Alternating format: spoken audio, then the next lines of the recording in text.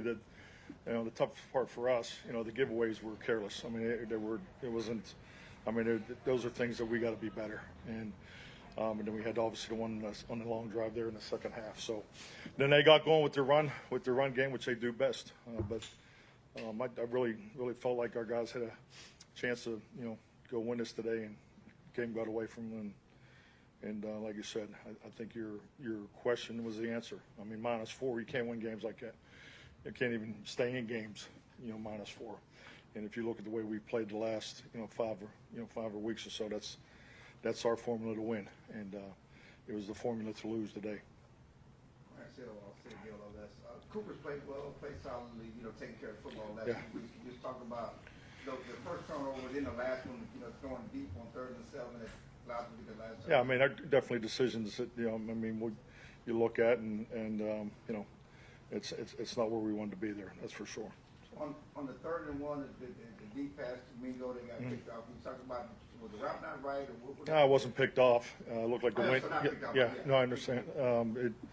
It looked like the wind got it a little bit, and felt like we had an opportunity to get on top. He did get on top, so it's unfortunate. Mike Tyler with ESPN, Saquon top 2,000 yards today. Can you talk about what that means in terms of NFL history and in case of just them wearing you down there a little bit because you guys don't feel so much? Well, like I said, that's the best thing they do, and when you're playing downhill like that, I think it's definitely helpful, and that's they really got going. I thought our defense did a good job in the first half. The run defense was where it needed to be, because really the points were off of our giveaways. But yes, the 2 long drives in the 3rd quarter, and early in the 4th quarter. So he's obviously having a tremendous year. How much could you tell when you were calling plays out there that how much more difficult was it not having CD out there? We knew that. We knew it was going to be a different game, with the plan this week. So, yeah, but we never really, to be honest with you, we didn't really get to some of the things we'd hoped to get to.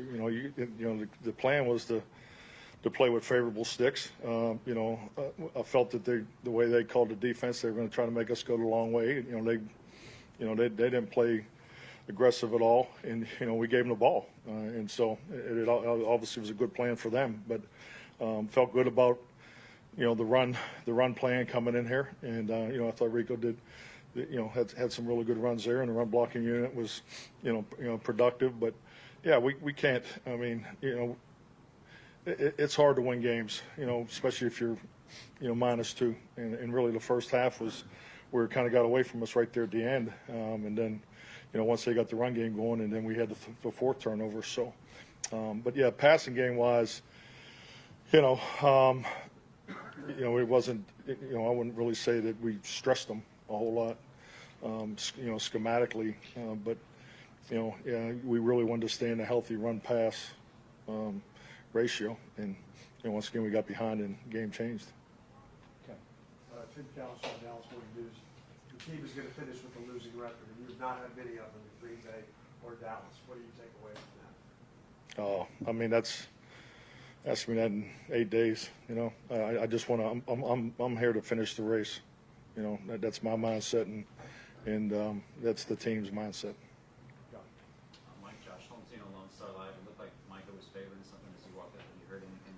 Have not.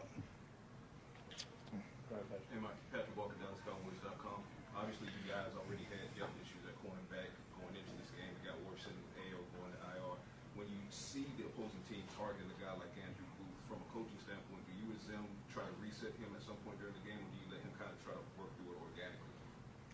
There's communication going on all the time, regardless of if it was a productive play or a negative play. So yeah, there's obvious communication. They, obviously got after him, and you can't cloud up every single play, especially with the strength of their offense is running the football, and the strength is Saquon, the way he's rolling. So you're going to have to play some one high, and our guys know they got to stay on the upfield shoulder, and we didn't get that done. David, and then finish with Clarence. Mike, I know you said you're disappointed with this, and the fact you had turned around the turnovers doesn't mean it's going to be surprised, especially after the first half you had and how you responded to the pick six, that it evolved into the sort of game it did? Was I surprised? Yeah, again, just from, they seem to be fighting through it, and even after that early. No, I thought we responded exactly how you were supposed to respond to the pick six. You know, we got the ball, marched right down the field and scored. So, you know, but, you know, those giveaways were avoidable, you know, and that's, you know, it's just like every positive play, every negative play, you know, you evaluate it because that's the only way you truly have a true evaluation. So, you know, the result is what, as we know, is what matters, you know, and that's why we're sitting here with the record that we have. But at the end of the day, you're going to have those type of plays go against you, but they can't be self-inflicted. You know, those giveaways were self-inflicted. You went to trade late. Did you think about going to them earlier? I did the series before, yeah. So. And looking next week. Oh, I don't. Yeah, Clarence.